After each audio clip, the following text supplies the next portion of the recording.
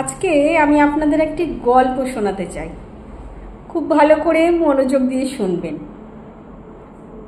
একটি গাছের তলায় একটি পাথর আছে এবং একটি মূর্তিও রয়েছে। পাথর মূর্তিকে বলছে, তুমিও পাথর, আমিও পাথর, কিন্তু লোকে তোমাকে পুজো করে, তোমার যত্ন নেয়, অথচ আমার দিকে ফিরেও তাকায় না। মূর্তি বলছে যে সেদিনের কথা মনে আছে, যেদিন তোমাকে সৃষ্টিকর্তা খুব যত্ন সহকারে ছেনি আর হাতুড়ি দিয়ে একটি শেপ দিতে চেয়েছিল, কিন্তু তুমি সেই কষ্টটা ভোগ করতে পারোনি, তুমি সেই আঘাতটা নিতে পারোনি, তুমি ভেঙে চুরচুর হয়ে গেছিলে।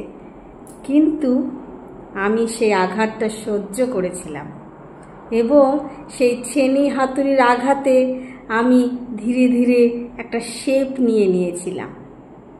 প্রচুর কষ্ট সহ্য করেছিলাম, আমারও কিন্তু যন্ত্রণা হয়েছিল খুব, কিন্তু আমি সহ্য করেছিলাম।